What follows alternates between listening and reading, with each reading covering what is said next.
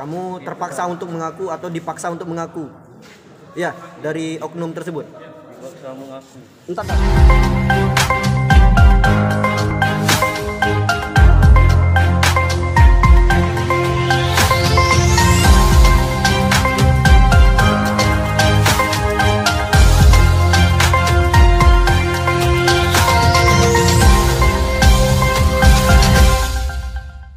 YS 21 tahun tersangka pelaku pembunuhan Agung Maulana mendadak membantah jika dirinya sebagai orang yang bertanggung jawab.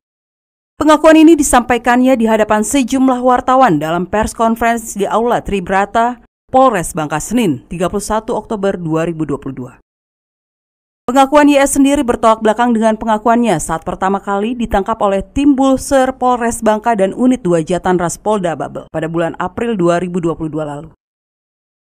Kala itu YS mengaku bahwa dirinya yang menghabisi Agung, kemudian membuang alat bukti ke laut Pelabuhan Jelitik. Namun, dalam konferensi pers Senin 31 Oktober 2022 di Mapolres Bangka, pemuda warga lingkungan nelayan 2 Sungai Liat ini membantah. Gilanya, YS malah mengaku bahwa dirinya mendapat tekanan dari salah seorang oknum anggota Polda, sehingga dirinya terpaksa mengaku sebagai pelaku pembunuh Agung Maulana. Tadi bilang takut diancam. Siapa yang ngancam? Orang Polda dulu, Orang Polda. Siapa namanya? Siapa namanya? Kau jangan membuat Sebut siapa namanya? Jangan sembarangan ngomong ya. Ya. Siapa namanya? Pemeriksa kah? Penyidik? Siapa nama penyidiknya? Di Dragon kan dari paksaan sama Siapa? Yang jelas. Pak Beri. Pak Beri, penyelidiknya. Beri apa Beri? Yang benar. Peri militer ya, penyelidiknya. Ya.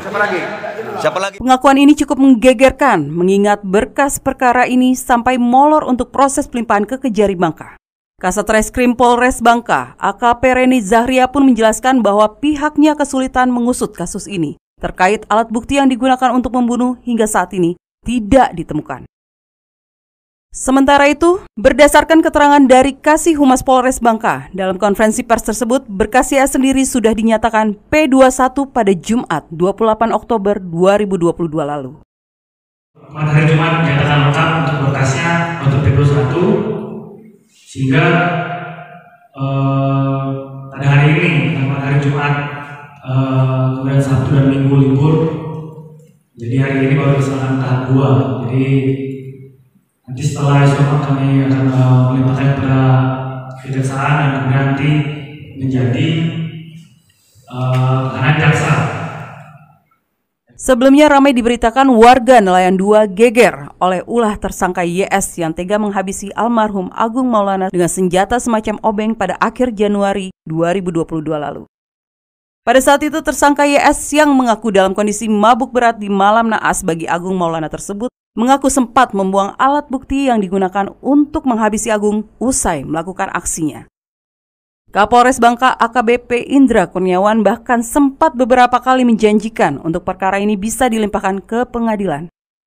Namun, hingga Hasanuddin selaku orang tua korban dan DPW LSM Topan mengadukan Kapolres dan Kasat Reskrim ke Div Propam Mabes Polri, kasus ini tak kunjung P21.